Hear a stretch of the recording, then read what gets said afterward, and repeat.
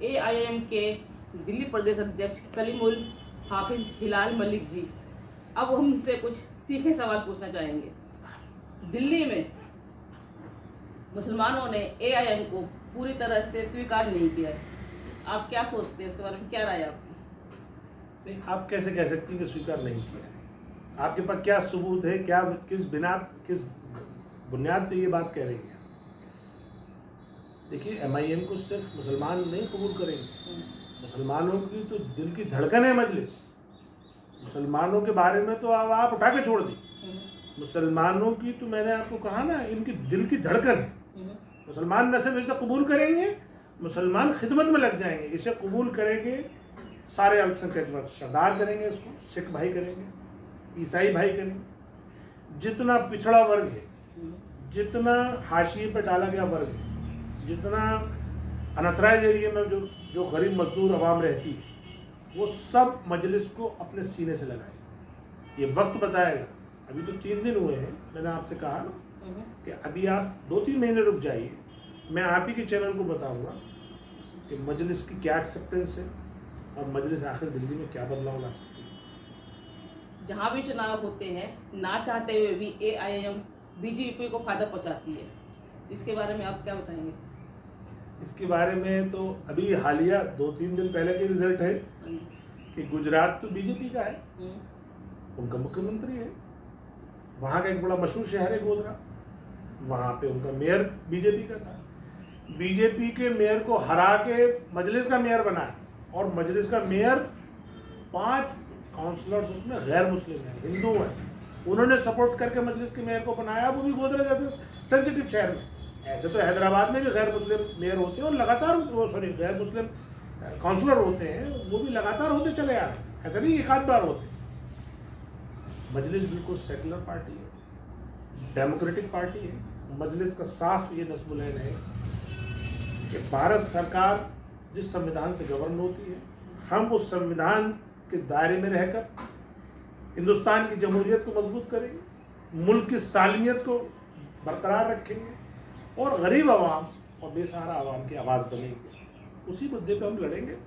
और ये जो भी इल्ज़ाम और जिस तरह के नैरेटिव्स हैं, ये अलग अलग पार्टियों के पास जब कुछ नहीं होता कहने के लिए, जब वो हमारे काम में कोई कमी नहीं निकाल सकते, तो इस तरह के प्रोपेगेंडा वो कराते हैं और बाकायदा उस प्रोपेगेंडा को मैनेज कराते हैं।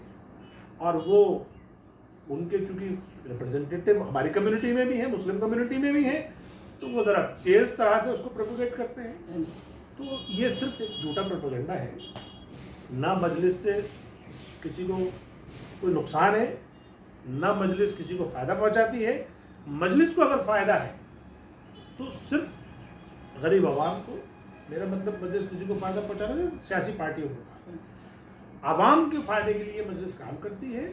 अब जाहिर बात है कि जब सब सारे प्लेयर खेल रहे हैं, आवाम भी अपना, मजलिस भी अपना इलेक्शन कैंपेन करती है, अब उसमें एक दूसरे को, जाहिर बात है उनके अपने अपने मुद्दे होते हैं, उन मुद्दों को जो ज़्यादा जोर शोर से उठाता है उसको आवाम पसंद कर लेती है, उसको जिता देती है।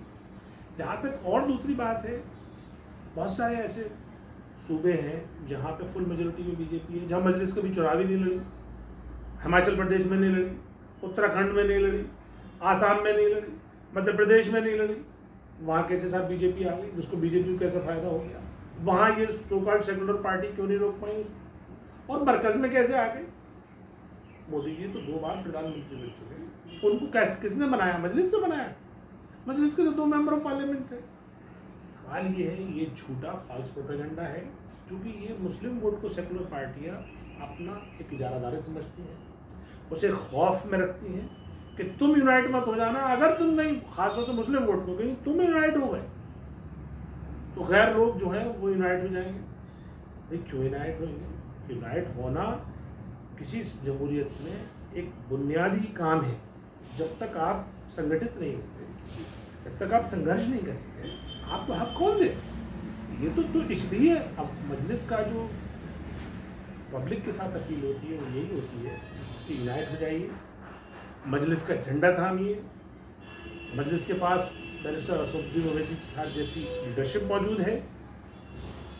अगर आपको अपनी आवाज़ ऐवानों में उठवानी है तो मजलिस को मजबूत कीजिए। इसी नस्ल के साथ, इन्हीं नारों के साथ हम अवाम के पास जाएंगे मुझे उम्मीद है कि आवाम हमें मोहब्बत से, दुआओं से और वोट से, सपोर्ट से नवाजें।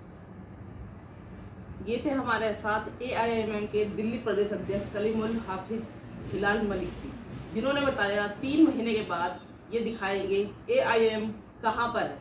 अभी तक के लिए इतना ही। ताज़ा अपडेट के लिए जुड़े रहिए SM2 न्यूज़ के साथ।